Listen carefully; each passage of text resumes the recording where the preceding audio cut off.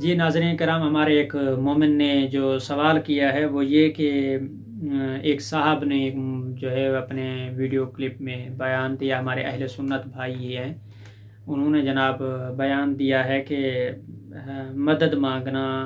جو ہے وہ شرک ہے، اور یا علی مدد کہنا شرک ہے، بدعت ہے، اور اس حوالے سے مذہب فقہ جعفریہ میں کوئی دلیل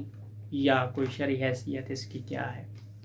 پہلی چیز تو یہ بتانا چاہوں گا آپ لوگوں کو، اور جو کہ بہت ہی اتھینٹک، بہت ہی مضبوط، اور ایک عقلی اعتبار سے بھی اور شرعی اعتبار سے بھی کم از کم صاحب عقل کے لیے یہ جو ہے وہ کافی رہے گا جواب، اگر وہ اس چیز کے اوپر اتفاق کرے۔ تو سب سے پہلی چیز یہ ہے کہ اگر تو مدد مانگنا جائز نہیں ہے، بدعت ہے اور شرک ہے، تو پھر جناب آدم علیہ السلام کا جب جناب حوا کے درمیان جدائی تھی، اور یہ جو میں بیان کر رہا ہوں یہ تفسیر در منصور میں بھی موجود ہے اور تفسیر طبری میں بھی یہ موجود ہے کہ جناب آدم اور جناب حوا کے درمیان جو 800 سال، 80 سال، 8000 سال، 3000 سال، 300 سال الاخر جتنا بھی بہرحال اختلاف بیان کیا گیا وہ اپنی جگہ پہ، لیکن جتنا عرصہ بھی جدائی رہی ہے، لیکن ان کو جو معافی یا جو مغفرت طلب کی تھی انہوں نے اللہ سے کہا کہ اللہ مجھے کوئی راستہ بتا، کوئی میری مدد فرما کہ جس میں میں جو ہے وہ تیری بارگاہ میں اپنی نادمانی اور پشیمانی کو جو ہے وہ ظاہر کر سکوں اور اس کی مغفرت طلب کر سکوں۔ تو وہاں پر خداوند متعال نے آسمان پر جو ہے وہ 5 تن کا نور جو ہے وہ بلند کیا۔ وہ 5 نور جب بلند ہوئے تو جناب آدم علیہ السلام نے ان کا واسطہ دیا،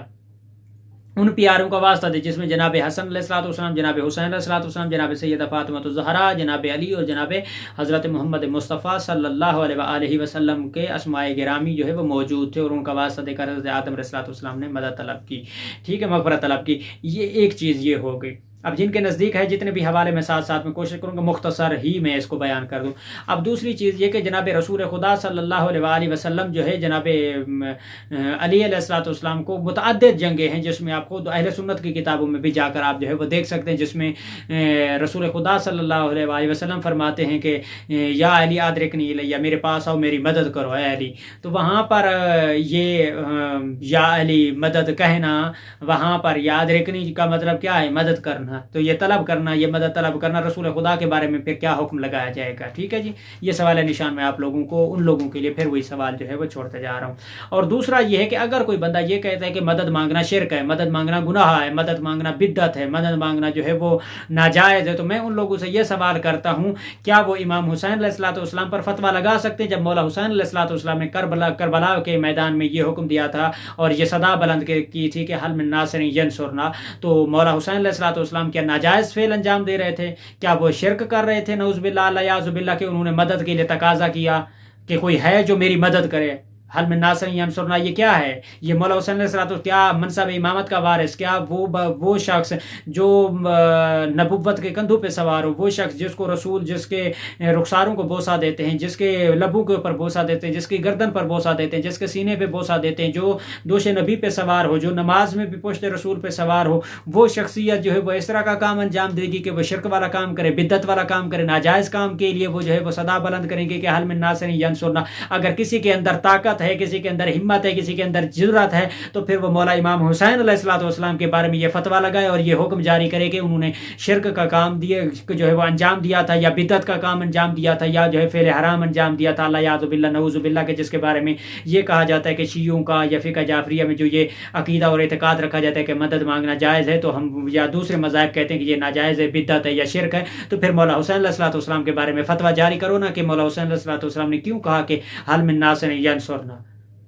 تو یہ مدد نہیں ہے تو کیا ہے؟ اور دوسرا یہ ہے کہ قرآن میں خدا فرماتے ہیں وابتغوا الیہ وسیلہ کہ مجھے اللہ سے بھی جب تم مانگنا چاہتے ہو تو وسیلے کے ذریعے ہی آؤ۔ تو یہ جو مدد مانگنا ہے یہ وسیلے کے بغیر کیسے مدد مانگی جاتی ہے؟ اگر آج میں کسی کے ہاں جاتا ہوں، کوئی چیز مانگنے جاتا ہوں، کوئی چیز لینے جاتا ہوں یا کہیں سفارش کرنا جاتا ہوں، تو میں اس کے عزیز کو، اس کے ہاں جو محترم ہوگا، جو ان کے ہاں احترام کے قائل ہوگا، جو ان کے ہاں اس کا مقام، مرتبہ، اس کی حیثیت، اس کی برتری، اس کی منزلت جو ہے وہ اتنی ہوگی کہ میں اگر اس کو لے کے گیا تو میری بات کو رد نہیں کر پائے گا اگلا بندہ، وہ ان برگزیدہ چیزوں کو جو ہے شخصوں کو جو ہے وہ شخصیتوں کو لے کے جاتا ہے۔ جب وہ خدا کی بارگاہ میں جاتے ہیں تو ہم خدا کی برگزیدہ شخصیات کو، خدا کی برگزیدہ ہستیوں کو جب اس کی بارگاہ میں لے کے جاتے ہیں اور اس کا وسیلہ قرار دے کر ہم خدا سے جب مانگتے ہیں تو اللہ ہماری دعاؤں کو رد نہیں کرتا ہے اور ہماری دعا کو جو ہے وہ قبول کرتا ہے. اور خود جو ہے یہ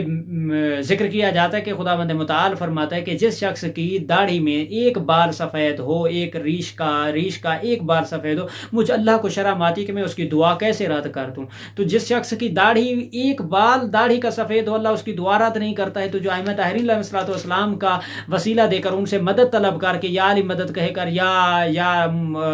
رسول اللہ مدد کہہ کر وہ کرتے ہیں، تو پھر یہ کیسے؟ پھر مجھے یہ بتائیں ان اصحاب کے بارے میں کیا حکم لگایا جائے گا کہ جن کے بارے میں ہم یہ کہتے ہیں جو اصحاب رسول خدا کے پاس جو ہے وہ مدد کے لیے جاتے تھے. مدد لینا، مانگنا یا کچھ کرنا اسی معنی میں آتا ہے. جب ہم کہتے ہیں کہ یا علی مدد، ہم علی سے مدد طلب کرتے ہیں، تو پھر جب وہ صحابی رسول کے پاس مدد طلب کرنے کے لیے جاتے تھے وہ مدد کیا ہے؟ وہ